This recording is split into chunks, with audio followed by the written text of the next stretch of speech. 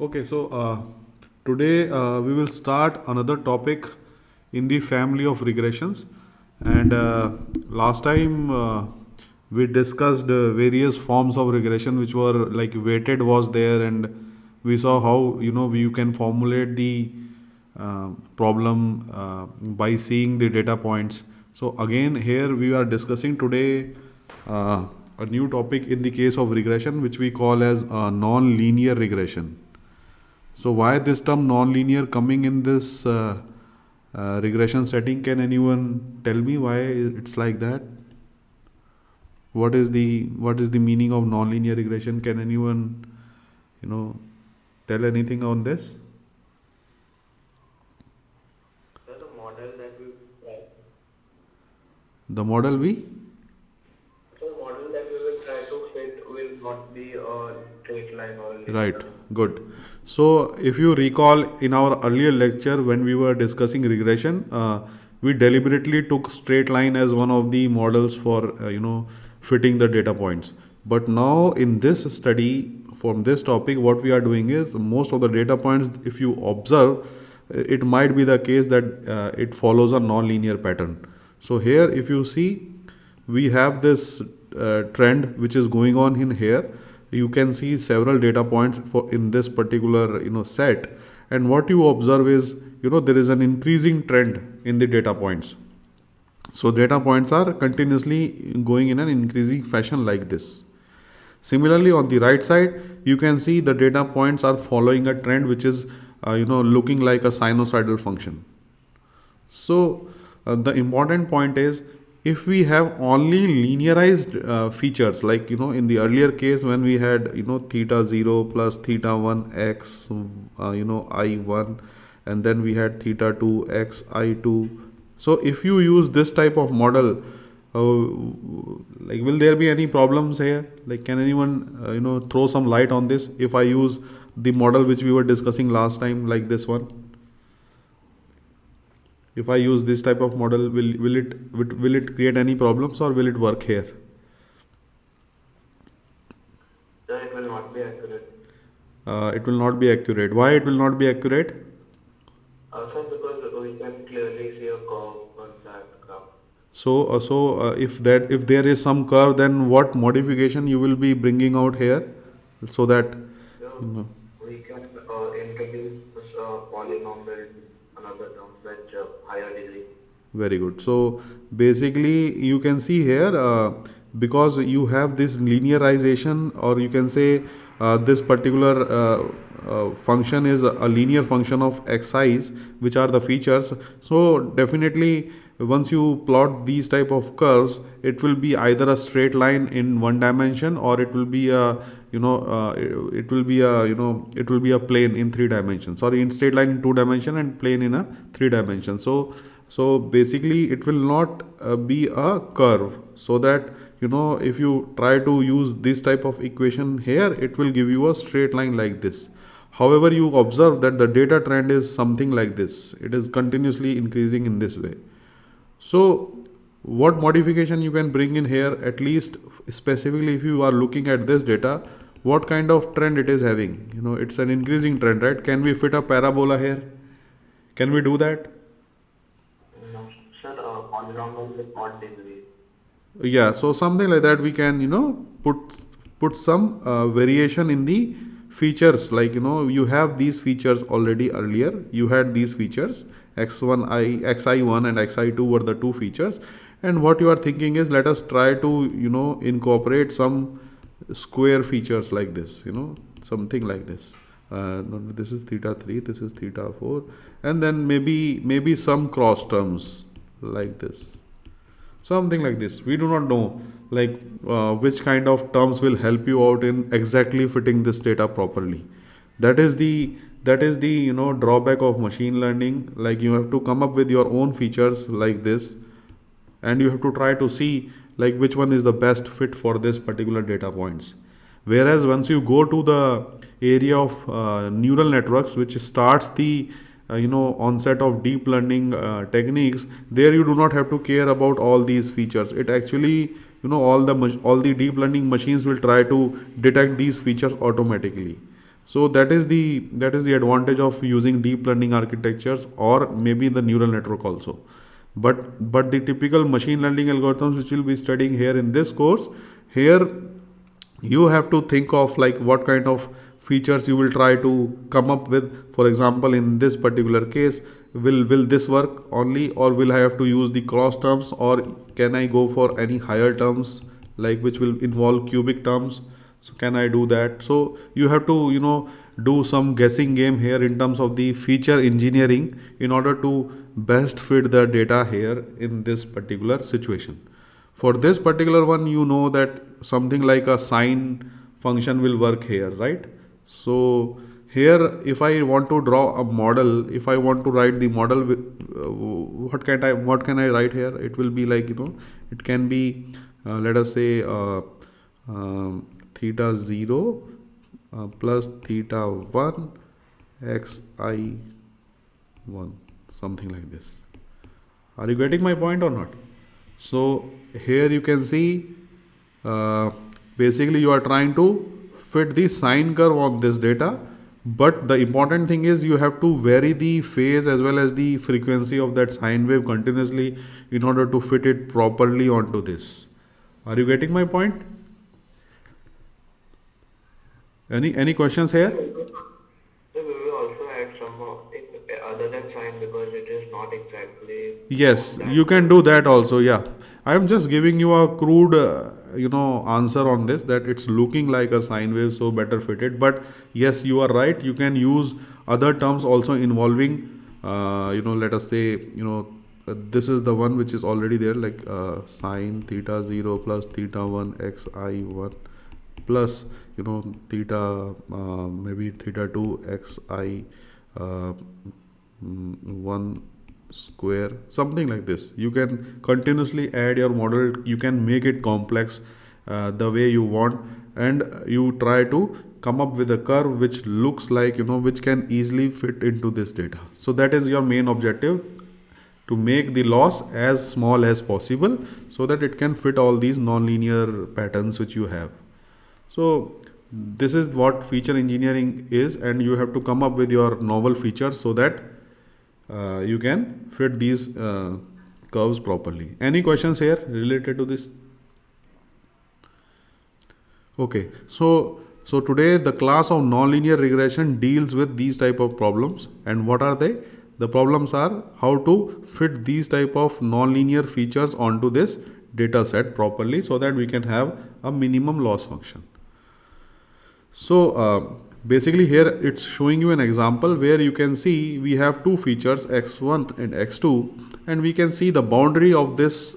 So we have these data points. You can see here we have two types of data points. One is the plus data points, another one are the minus data points. So right now we have not discussed the classification setting, but for time being, you can understand that classification is like like a problem where you try to classify the 2 points, like whether you want to be in this class or you want to be in this class. So there are two classes here, C1 and C2. So you want to be in either of them. So this is a problem of classification. And remember our first lecture or second lecture where we discussed an overall overview of what classification is. So we will go into the details of it later on. But for this particular topic of nonlinear regression, what I am trying to show here is that we have these features x1 and x2, and you can see this boundary which we are trying to formulate that can separate these two classes is a nonlinear boundary. It's a nonlinear boundary, and it's a nonlinear in terms of the feature space x1 and x2. So what we are trying to show here is that basically we are trying to fit a nonlinear boundary onto this particular setting, and the equation of this nonlinear boundary is given like this, which is a parabola, shifted parabola. Okay, so this is the equation of the boundary, and so somewhere what you are trying to actually predict is the function, or you can say a model m theta xi, which is nothing but this. So something like this you are trying to predict. So what is this? This you can write also in terms of theta 0 plus, just a minute.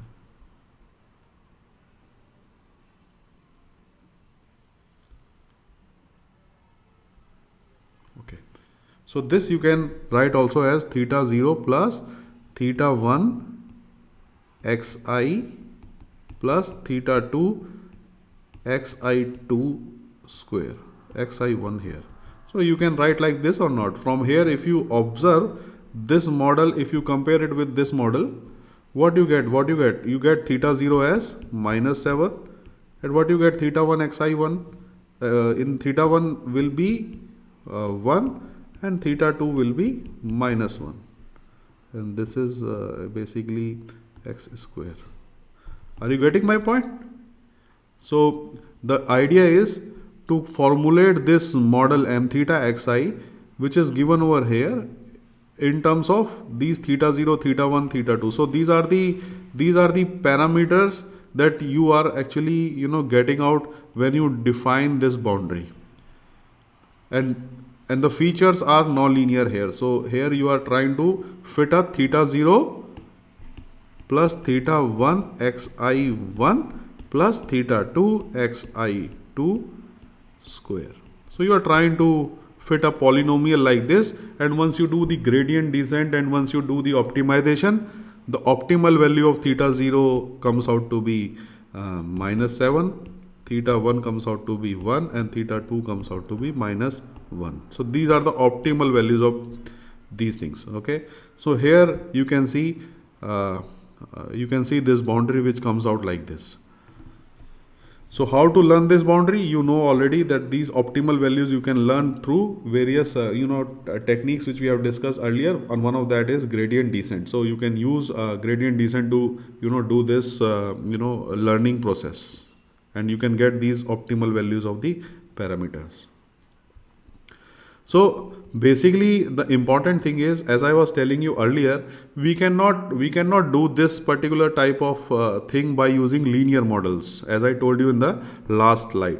That is, we cannot do this theta 1 xi1 plus theta 2 xi2. We cannot do this, because if I do this, as I told you last time, it will be a straight line and it will not work properly. So if you see, if I fit a straight line, the best straight line will be like this, let us say.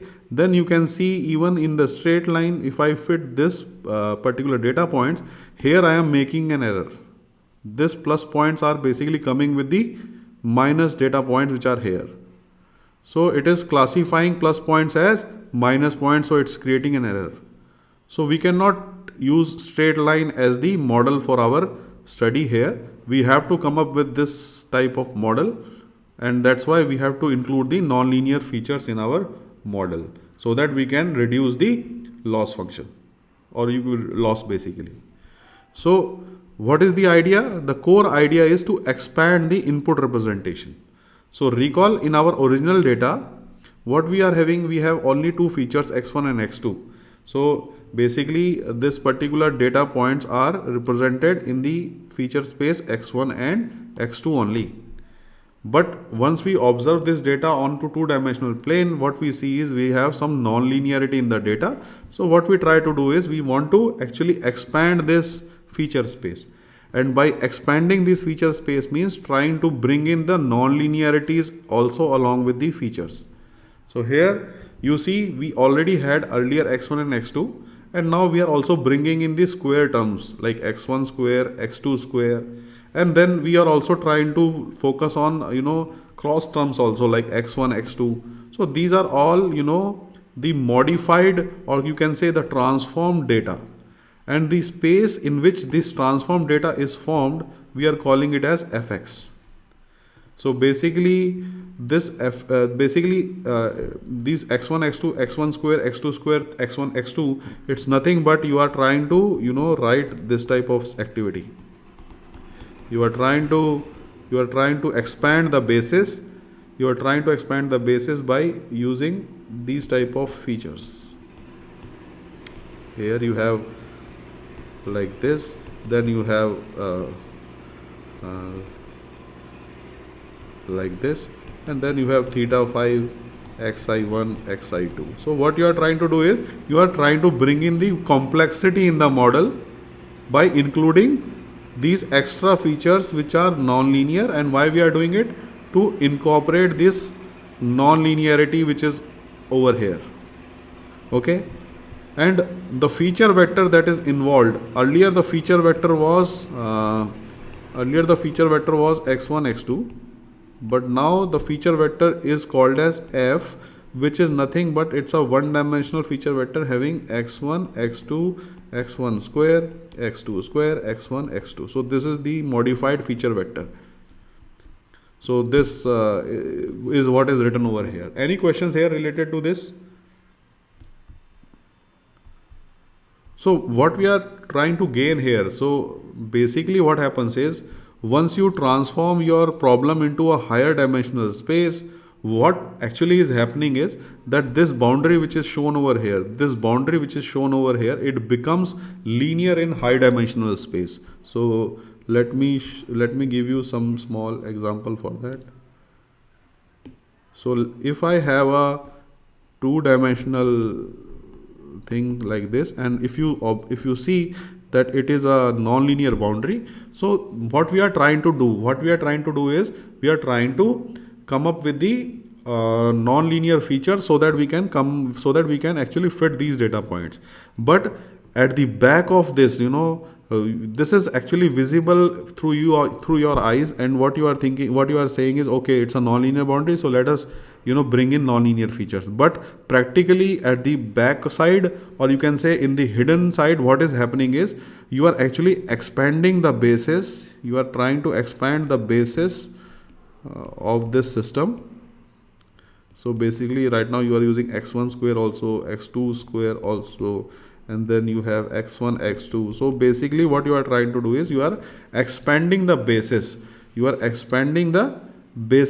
now it's having only two bases, x1 and x2, but now you are expanding the coordinate system with multiple such features acting as the basis for this n-dimensional system. Right now it's a 4-dimension, 1 2 3 5-dimensional space with each of these axes acting as the features. And now what happens is this particular boundary which is shown over here, it becomes a linear boundary. So all these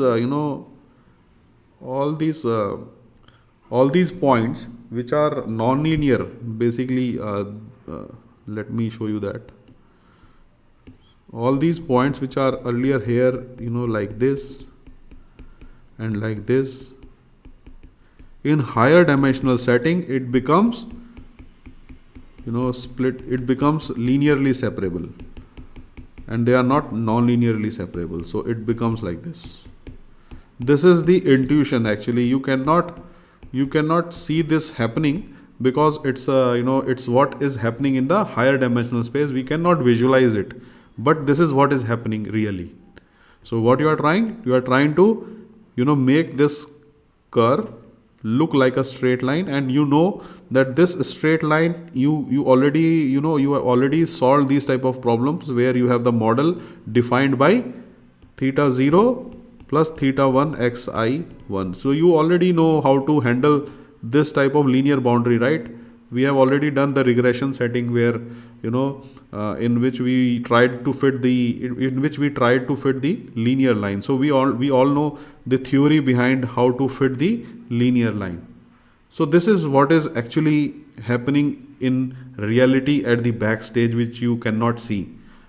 But what you observe here is that you are trying to do a squaring and trying to do multiplication of the cross terms so that you can fit in the line. But this is the back story which is happening. Any questions here? So basically, if you can prove this also somewhat, and the proof is very simple. So here you see we have this boundary, right? So what we are trying to do is we are trying to bring in onto the left side all these values. So what will happen is it is like this. So this is not 5, this is 7 here. Okay, so everything is on the left side. So now what happens is you are trying to actually find this boundary, which is actually a curve in feature space x1 x2, will become linear boundary in the modified fx, which I have already told you. This modified fx is nothing but it's this feature vector, it's already this feature vector, right? So this, in this feature vector, if you want to prove that it's a linear boundary, you can easily write this equation, which is fx w times b equal to 0. So if I write fx as this vector, and if I multiply it with w vector, which is having the value of 1 0 0 minus 1 0, so this w is actually, if you try to correlate with the earlier discussion which we used to do, so this w is not w, it's theta here. So if you see this, and this is the bias, which is nothing but theta 0, and this is also theta 0.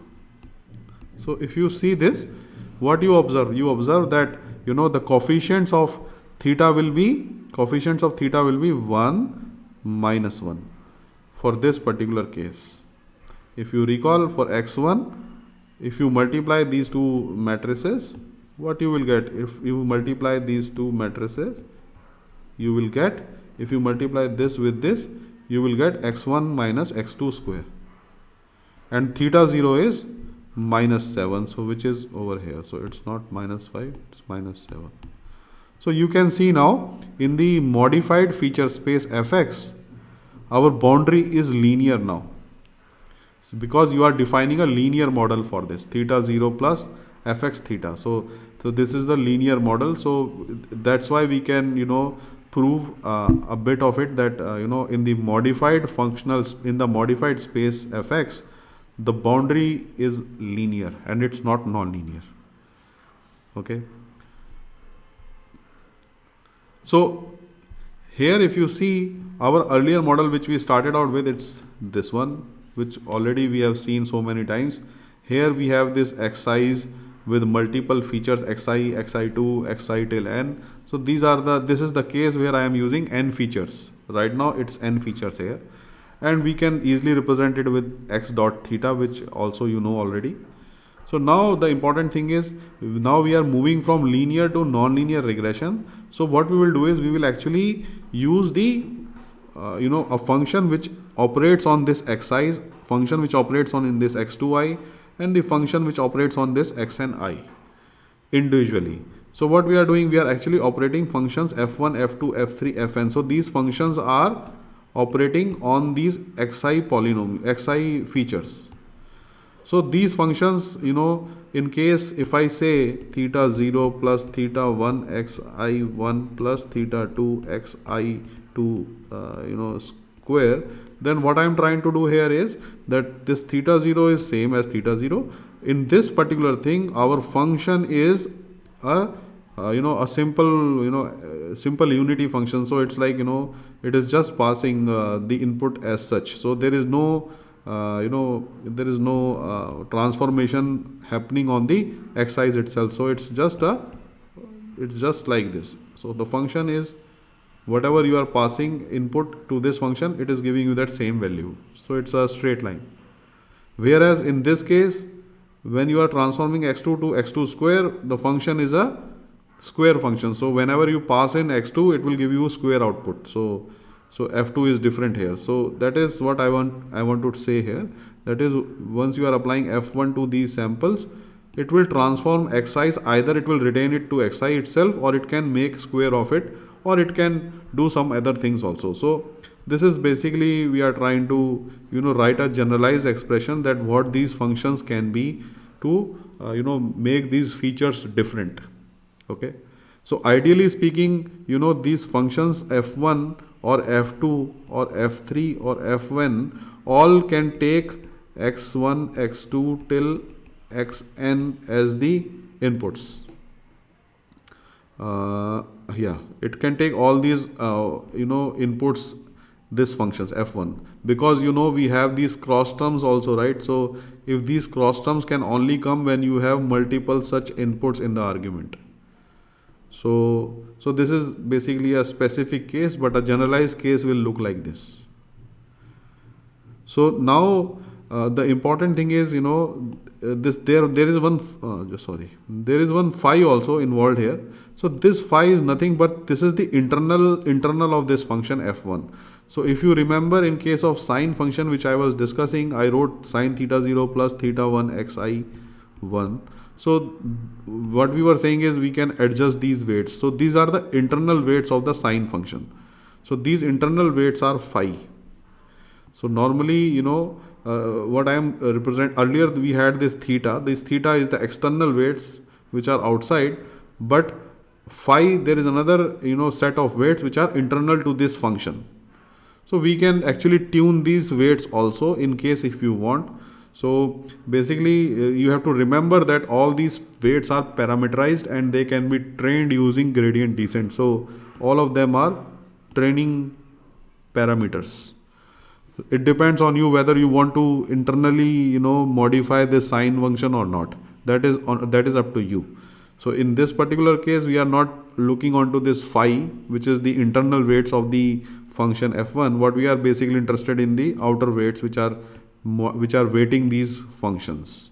That is what we are doing. So normally what we do is we actually do not put the parameterized weights here. What we do is we can write like 2 plus 3 xi, something like this. So these weights are all fixed and we are not focusing on varying these weights. We are focusing on varying the outside weights which are over here. So once you have this, you can actually represent your model m theta xi, which is given over here as x dot theta, in terms of what? In terms of this featurized matrix fxi. And this featurized matrix fxi is nothing but your all the internals which were here, right? All these features are now transformed using this function. So each of these elements which were earlier only xi's, earlier if you recall our design matrix, all the elements were only xi's, but now in this particular case function is operated on these xi's. So you have all the functions operated on this, and that's why we call this as featurized design matrix, because you have functions operated on these xi's which modifies the the complete expression of these features. So that's why we call this as featurized design matrix. So if you take a specific example, so for I is equal to 1, like for example you are taking the first sample. In this particular sample, your f dot, remember now it's f dot here, it is similar to x dot which we discussed last time. So in f dot you have 1 appended to the signal which is over here, feature matrix which is over here. So if you are considering only one sample, you have only one row. But if you consider m samples, which we are considering from since the beginning of our course, we are telling we have m training examples. So in that case, the matrix will become like this. Here you can see we have m samples this side and you have features this side, n features. And you can see now in the earlier case, when we had x dot, at that time we only had this type of matrix which has only linear terms. But now when you are operating functions on these xi's, then you can see we have these square terms also coming up and cross terms are also coming up, so that there is an expansion in the basis. So you can see the matrix is expanded and now you have 6 features. Though the problem is of 2 features, x1 and x2, though the problem is of 2 features, but you expanded this to 6 features by either squaring or you are either cross multiplying the terms. Any questions here related to what I have explained? Are you able to hear my voice? Yes, sir. Yes, sir. So, and are you able to understand what I am trying to convince here with the topics? Are you feeling any problems here? You can tell me in case. We are able to understand. Good. Okay. So now let us see the important thing. See, we were discussing from the very past only two data in two dimension, that is x1 and x2. Current example is on that. But if our data is n dimension, let us see what will happen. Are you getting my point or not? Right now we were discussing only x1, x2, but now if I have multiple dimensions to the data, then what will happen? So the important thing is we have to understand whether this particular type of setting which we are trying to do to fit the nonlinear regression data points, is it a good way of doing it, or is there any drawback here involved? So that is our main concern. So if you see here, if I have n dimensional feature now, earlier we had only two features. Now we have n dimensional feature vector, and if I am considering only quadratic transformation, by saying quadratic transformation means either I will do xi square, or I will do xi, you can say either I will do this type of thing, or I will do something like this. So like we'll have 1 2. So either I will do a cross term of the feature vectors, or I will do squaring of the features. So basically I am interested right now with quadratic type of transformation, and in this quadratic type of transformation you can see you will have these terms which are only the single terms.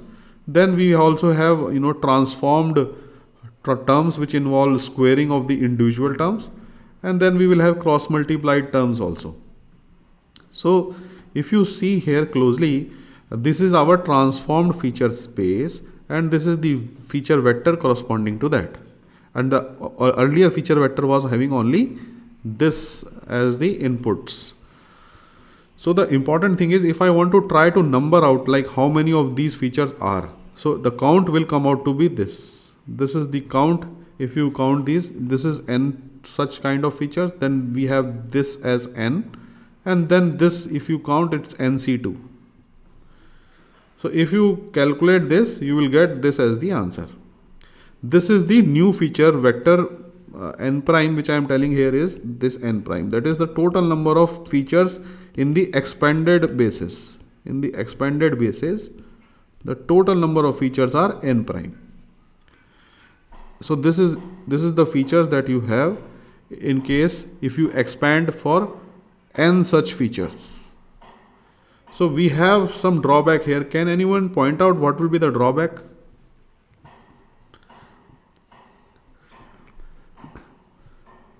So right now, if you consider only two features, then it's okay. For three features also, then it's okay. But if the number of features you are expanding are large, then it will create serious problems. So let us see what they are.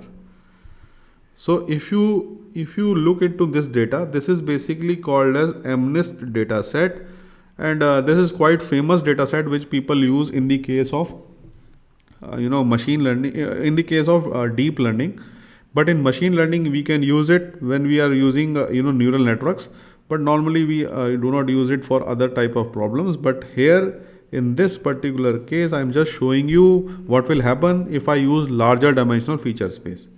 So here some specification of this data set is that its image size is 28 cross 28. By saying that means this particular image which is of 0, you can see you have variety of zeros of different orientation, and you have varieties of 1 for different orientation, and similarly you have varieties of all the other numbers of different orientation. So the important thing here is that each of these images are of size 28 cross 28. By saying that means you have an image of size 28 cross 28 means it's a matrix of size 28 cross 28, because images are stored as a matrix in computer. So it's a 28 cross 28 image, and we have training images 60,000, testing as 10,000, and classes are 10. So we do not care more about this. We will do this later on, but right now for training you have 60,000 images. You remember this first. The number of images are 60,000. That means you have m equal to 60,000. So now what happens is, in the case of neural networks, what we do is we take all these pixel values which are inside. How many pixel values are there in this matrix? Can anyone tell? What will be the total number of pixels here? The 28 square. Yes, so it is 28 square, which is 784, right? Or is it something else? 784, right? What is the square of? Yes, sir. Sorry. Okay. So this is the total number of pixels. So what we do is we normally take these pixels as features. So you have actually 784 features. We normally take these pixels itself as the feature. So we have 784 such kind of features. By saying means xi, x2, x till x784. So all these x784 samples are features.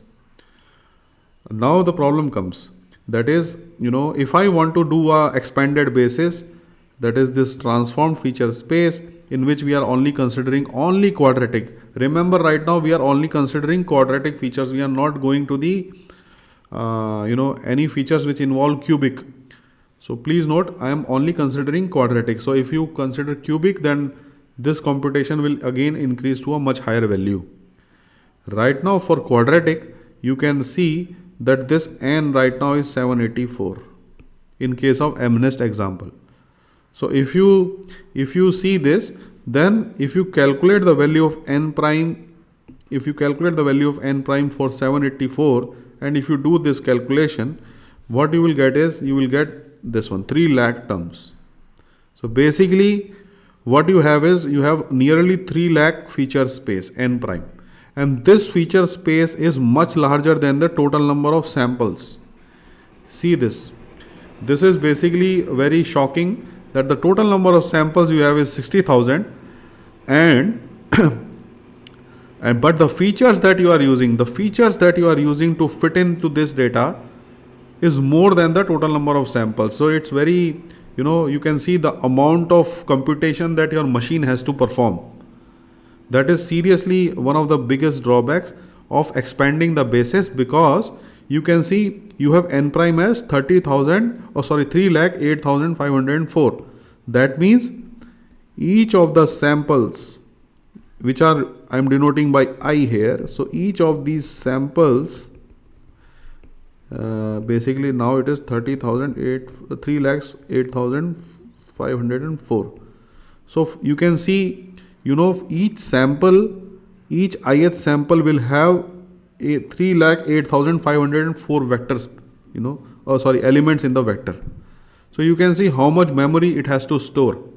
If I expand the basis, and if I say let's use quadratic transformation space, so this is actually the major problem, that is, it requires large memory consumption for each data point I, because you have a vector of 3,08,504 for each of these data points I. Are you getting my point?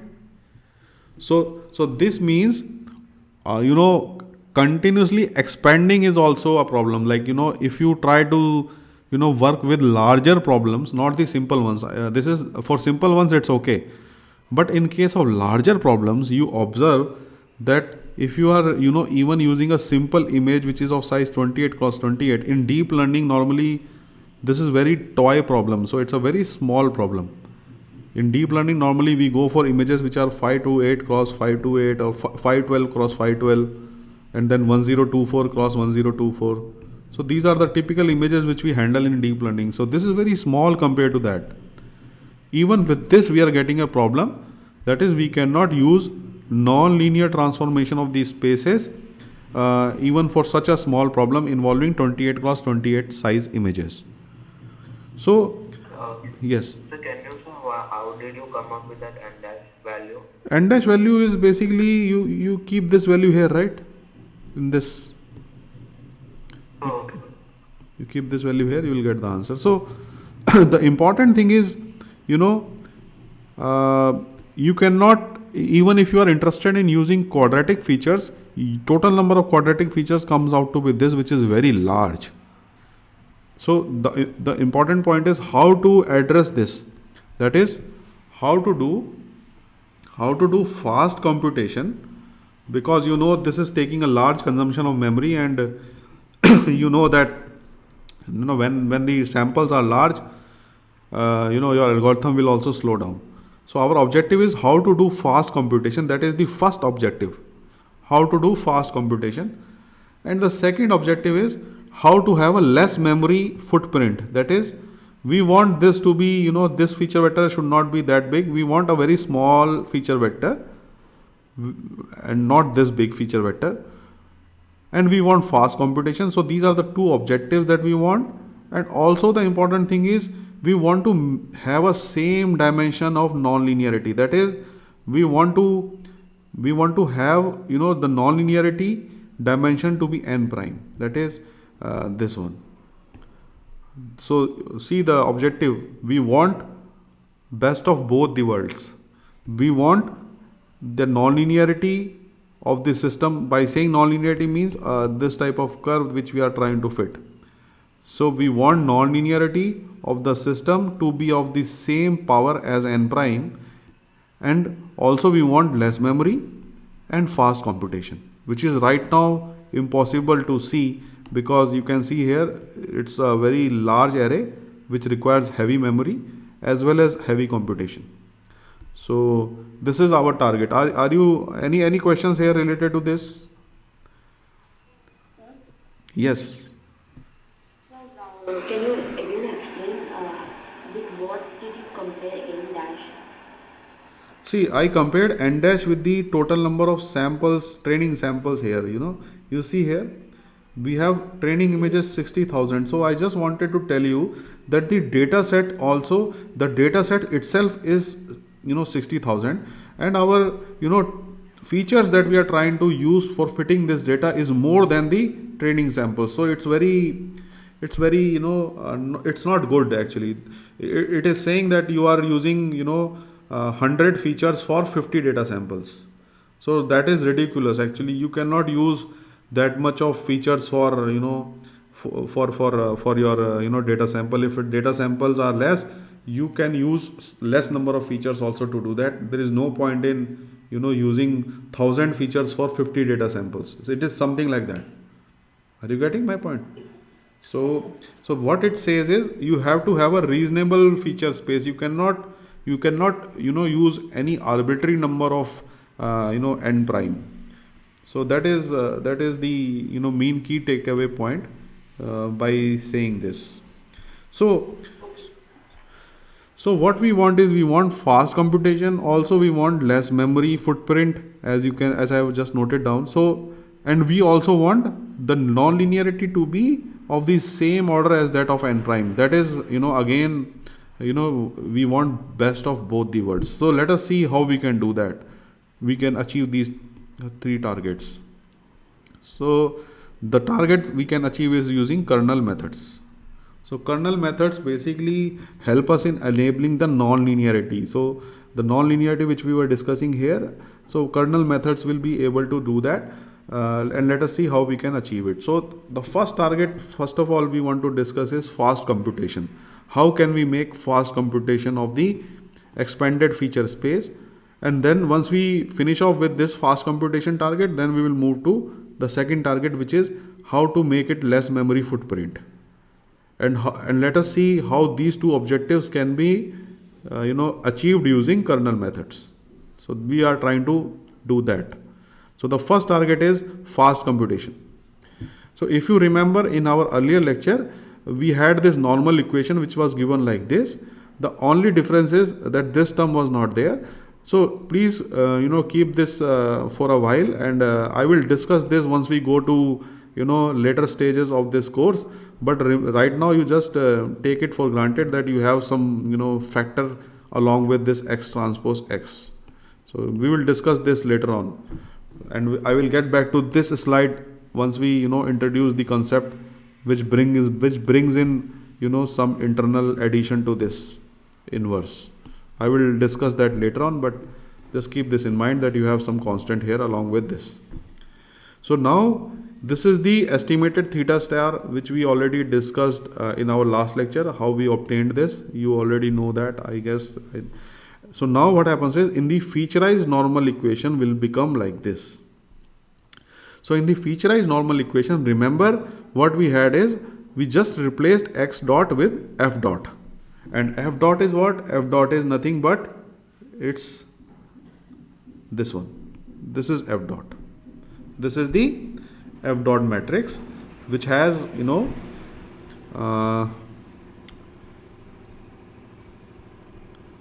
which has the dimension of m cross n prime. Remember now it's n prime and it's not n. Why n prime? N prime because we are expanded the data set, basis, and this is the expanded column. Here you see this is the expanded column and it's actually n prime now, and it's not equal to n, which we had earlier. So now if you see here, if you see this computational effort which is required to do this particular task, you can see here the dimension of this matrix is n prime cross n prime, because you are multiplying the two. So now you can see that this effort actually takes O n cube time to execute. So this algorithm actually takes O n cube time, O n prime cube time to execute this particular matrix inversion. So it's very time consuming. So let us try to see whether we can actually bring this factor down, so that once we bring this factor down, then we can say that we have reduced the time, and we have increased the fast computation by reducing the time. So let us see how we can do that. Please note that here this f dot is nothing but appended 1 to the design matrix which I have discussed last time. So this is the same story repeated again, and so this is basically this f dot. A slight mistake here in the slide. It should be actually n. Just a second. No, it's okay. Yeah, it will be actually n prime plus 1. It cannot be n prime here. It will be actually n prime plus 1. Right or not? Because here you have this, right? So this will be also n prime. So basically this is the modified feature space, so it will also have n prime. So all this is not n prime, this will be n prime plus 1 cross n prime plus 1. So the dimension you can cross check yourself. So it will not be n prime cross n prime, it will be n prime plus 1 cross n prime plus 1. So this, I think you all know, it's a simple thing where we are already, earlier we had x dot theta, now it's f dot theta, so same thing. So now what we are trying to do here is we are trying to actually use a matrix identity which looks like this. And in this matrix identity, what it is trying to show is that if you have lambda I plus uv inverse times u, then it is equal to u times lambda I plus vu inverse. So you can yourself can convince that this particular thing holds true because it's in a matrix identity. So what it does is actually it takes u to this side, so it comes here, and then it interchanges the multiplication factor uv, so it becomes vu here. So this is the matrix identity which we'll be using for speeding up the process. So here basically this is the dimension of the matrix which we are actually working out here. And now if I replace u by f dot transpose, and if I replace v by f dot, then if you put this values of u and v here, then this expression is nothing but this expression. You can cross check that. This expression is same as this expression over here. If you replace u and v by this f transpose and f, so you can check that, it's very easy. So now what you have to do is you have to actually use this factor here on the right side. So if you use this factor, so what is u? U is f dot tilde, so this is f dot transpose, lambda I will be here, and then you have VU, which is again this thing, because V is F dot and this is F dot transpose. So now the important thing is, if you observe here, the dimension of this F dot transpose is now M cross M. And note again, it will all be n prime plus 1. It's not n prime. I made a mistake here. So you have to check this out. Everything will be n prime plus 1. So you can see now the cross multiplication has m cross m, which is OM cube. And I have told you last time when we were discussing in the last slides, if you see, I told you this, right? Let me show you that.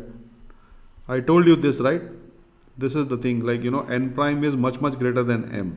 So here you can see the complexity of this estimation is n prime cube, whereas now the complexity of this is becoming OM cube, and you know that m is less than n. So what happens now is, using this matrix identity, what you have done, you have actually speeded up the inversion process and the estimation of theta star. So you can see, by merely using this matrix identity, we have speeded up the computation, that is the estimation of theta star. So here you can see now it's what is written over here. So we know n prime is greater than m, as we have already discussed in case of MNIST. And for any practical example, if you try to use any quadratic, or maybe right now this is for only quadratic case, that is you are using only x1 or x1 square. But if you go for x1, if you go for x1 cube or x1 4, if you try to incorporate all these features, definitely this n prime will be much greater than m, because this n prime will increase. So normally what is happening is, in general cases also, if you try to expand to the complete transformed space that involves x cube, x4 or cross terms or whatever, this inequality will always be satisfied. That is, the number of transformed feature spaces will be always much higher than the total number of training samples. So this will always be true, and because of that, you can say this estimation of theta star will always be less compared to this estimation of theta star, which we were doing using O and prime cube time. Any questions here? Are you getting the point what I am trying to say? So, Yes, sir. so using your matrix identity, which I have shown you here, we achieved this target, which was our first target, that is fast computation. So we have achieved this. Now our second target is how to handle this large memory which is over here, right? We have this xi's moving from 1 to 30,000, 3,08,504. How to handle this footprint so that we can have less number of memory space, as well as we can make use of this property of n prime having non-linearity. So can we have both, best of both the worlds? Can we achieve that? So let us move to that first now. So our second target is less memory footprint. So please note, this is also called as actually dual form of A. What is A? A is nothing but this expression. So it's just a fancy term to tell that it's a dual form of this, and there is no specific logic to it, but it's a fancy term to denote that this is the primal form and this is the dual form of that primal form. So it's just, you can take it as a fancy term right now, but it has some implications which I do not want to go into the details, but keep this in mind. So this is theta star and this is the dual form of A. So remember, we are starting now with this theta star. Okay, here I have written n prime plus 1, so I made a mistake earlier, so please correct that. So remember, now in this dual form we have already incorporated fast speed. That is already done from the top derivation. From the derivations which we have done in the earlier slide, we have incorporated that fast speed behavior, and we are now using this particular format of theta star to achieve the second target, which is less memory footprint. So let us see how we can do that. So here you see This is the matrix, and you can closely see the dimension of these matrices. So here it is, it's n prime plus 1 cross m. You can cross check yourself these dimensions.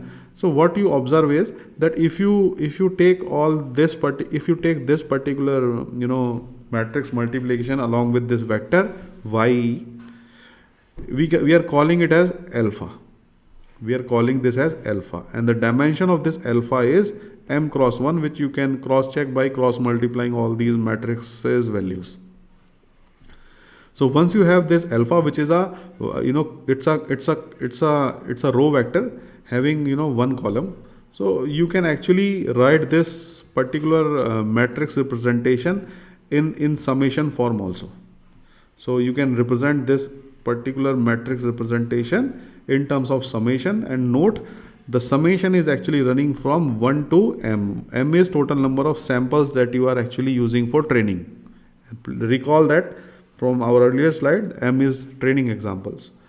And what we are doing is we are actually taking alpha specific sample I, training sample I, and then what we are doing now, we are taking actually a specific sample of this vector, which is m cross 1, and we are multiplying it with f dot transpose xi. So this thing, first of all, we represented this by alpha, and then alpha times this this thing can be represented as this format, and here alpha is this. Please note, alpha is this. The important observation that I want to say here is that in earlier cases, when we used to estimate theta star, at that time, what we were doing is we were using the hypotheses which are like this. If you see, our earlier hypotheses were actually summed up to the feature space. If you see here, we had features here from theta 0 to theta n. So our hypothesis was our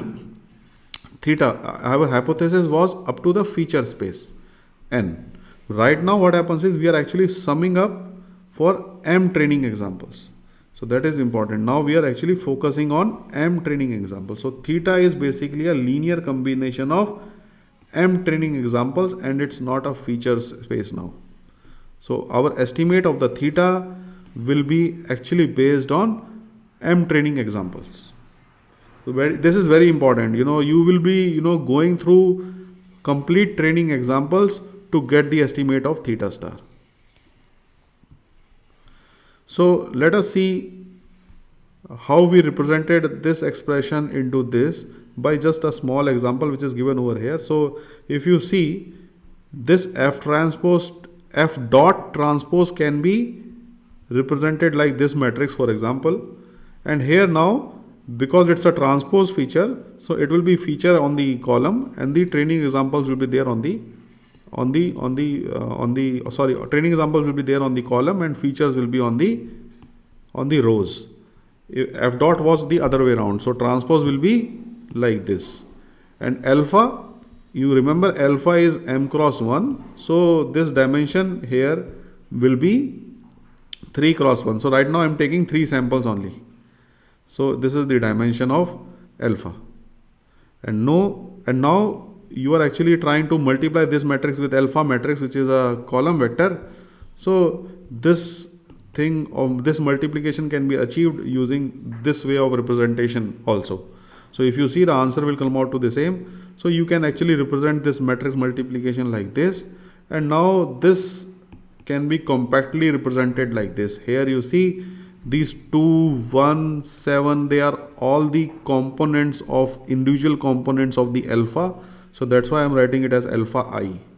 So this is basically the individual components of your alpha, and then f transpose xi is nothing but you are taking individual columns of these training samples, and you are putting it here to get this answer. So here you can see these all are individual columns of the f dot transpose matrix with xi as the input. So this is basically the features of xi. You can say this is basically for the first sample. this is the feature space for the second sample, and this is the feature space for the third sample. So that's why this 3 is coming over here, and what you are trying to pick up is the columns of this matrix F transpose, F dot transpose. And then you are summing up for all the samples which are over here. Right now we have 3 samples, for example, so that's why it's 3 here. In general, if you have M training examples, then this matrix will also increase and this matrix will also increase, and your dimension will reach to M here. Any questions? So now once you have obtained this theta star, what you will do is you will predict the values. Like you have a test sample and then you feed that test vector into the estimated theta star which you have obtained from the top. Here you have obtained theta star, right? So once you have obtained theta star means you have defined the boundary where the boundary will it separates the two classes. It's done through theta star. So once the boundary is defined, now you want to test the sample whether it is lying on this side of the boundary or that side of the boundary. So that can be done by using this particular expression. So here we have this vector x test which is having a dimension of 1 cross n prime plus 1, and this is the dimension of the theta star which we already have. So now if you observe this test vector is actually defined like this, and here note that this n prime is the expanded features. This n prime is the expanded features and it is not n. You remember that it's not n, it is n prime. Okay, so now if I want to represent this in terms of the what you can do is now you can replace theta star which we have estimated earlier here. This theta star which we have estimated earlier, we can actually put it here, and then what you can do is we can bring this inside. So what you have now is this one. So basically now if you observe this particular term, that is for estimating the test value which you have here, if you want to estimate this, what you have to do is you have to actually do a product of F dot with F dot transpose, and then you have to sum it for M terms. So the important thing is the product of this times this takes lot amount of time, because not amount of time, but it requires large amount of space. Time we have already seen that it will be less time, because we have already observed that. We have already solved that through this theta estimate. So now the important thing is to go for the memory footprint, and you can see here this particular vector F dot has n prime n prime elements in this vector, which is very large. If you remember, this n prime is, in the case of MNIST dataset, it is 3 lakh. And now what is happening, you are actually multiplying this vector which is of size 3 lakhs with the transpose having again 3 lakh entries. So you can see how much consumption of the space you are actually taking in storing these 3 lakh entries here and 3 lakh entries here. So what we want to do is we want to actually calculate this equation which is given over here, calculate this equation efficiently with less memory footprint. So basically we cannot say without, we can say with less memory footprint, not that much which is over here. Here you see it's 3 lakh something. You are actually multiplying the two vectors which are of 3 lakh dimensions. You are cross multiplying it. We do not want that. We want a less memory footprint for calculating this product which is given over here. So how we can do that? We can do that using kernel matrix. We will see what this is, but this kernel matrix is nothing but it will try to achieve this dot product using a dot product of the samples itself rather than the transformed features. So here you see X test is transformed into the feature space and Xi is also transformed into the feature space, and then you are taking a dot product between the two. Here what you will do is you will take the products between the two within the normal features. We will not go into the transformed features. So let us see how we will do that. So actually what we are trying to do is in the normal feature space you have these samples which are in the normal feature space. This is x1 and this is x2. So you are actually taking a dot product between these two, and now what is happening in this case what is happening is you are actually transforming it into a higher dimensional feature space, and you are transforming this point also to a higher dimensional feature space, and you are taking dot product here, and you know that this is a higher dimensional feature space having 3 lakh 8,054 something like that as the dimension. So you can see each of these points in this higher dimensional space will be of 3 lakh dimensions, and similarly for this also it's a 3 lakh dimension. So we are doing a dot product here, and we saw that this is a very high consuming a memory consuming task. So what we are trying to do is we are trying to see whether using this kernel trick can we get this dot product here which is same as this dot product, but we will do it in the lower dimensional space. Can we achieve this objective or not? That is the main target of kernel trick. That is how to use this kernel trick to get this computation, that is the dot product in lower dimensional space having the same value as the higher dimensional space. Are you getting my point? Or any questions here? Anyone? So are you able to understand what is going on here? Yes, sir. Yes, sir. Okay, so this is our target. So we want the values to be same, but we will be using lesser number of dimensions to do that rather than going for 3 lakh dimensions. So a small example to clarify this. So if you see if you try to use a quadratic features where I want to multiply two features with each other. Here I am multiplying two features with each other. I am interested in these type of features. So in this type of quadratic feature space, what will happen is our dimensions will increase from n to n square, because earlier our dimensions were x1, x2, x3 till xn. But now when we are interested in doing quadratic transformation, that is multiplying of these feature vectors like x1, x2 or x2, x3 or x3, xn or x1, x3. So if I want to do these type of transformations, our space will move to n square, and we are calling this as n prime right now.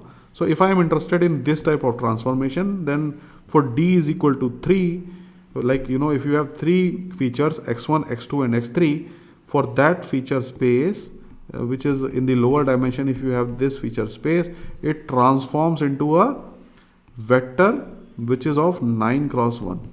You can see over here it's a 9 dimensional vector now. So this particular vector, which was right now in this case a 3 cross 1, is transformed into this vector which is right now 9 cross 1. Right now I'm taking this example having 9 cross 1, not this 3 lakhs. So this is just for giving you a comparative analysis, like how big this vector will be and how much memory consumption it will make. So right now in this particular example I am taking 3 cross 1 and 9 cross 1. So here you can see this particular vector is now a 9 cross 1 vector. So if I do this particular multiplication which is given over here in this case, you remember this, we are trying to calculate this. So if you do this, and this fx is this vector. So if I take this multiplication which is fx with fx, if fx with z. So right now specifically this is another vector z, which you can say it's like what I'm trying to do is I'm trying to do xj, and this is basically xi. So these are two different sample spaces. I'm representing it with z just to avoid confusion, but this is basically nothing but it's another sample xj. So what we are trying to do is we are trying to calculate the fx with fxfz transpose. So if I do that, that is if I multiply this vector with its transpose vector, then what I will get is this particular thing. You can check yourself that if you take this vector and if you transpose this vector, it will be like this, and if you multiply these two together, you will get this expression. So once you have this expression, what it involves is it involves summation of n square terms. This one actually involves summation of n square terms, and it will take O(n) square time to compute this transformation, which is this. As you can see, the memory requirement is high, right? It's basically, n square terms you have to evaluate here, and you are summing up because there are two cascade summations. Each of them will, create a n square term contribution, which takes O(n) square time to execute. So now we will see how we can do this in less number of time.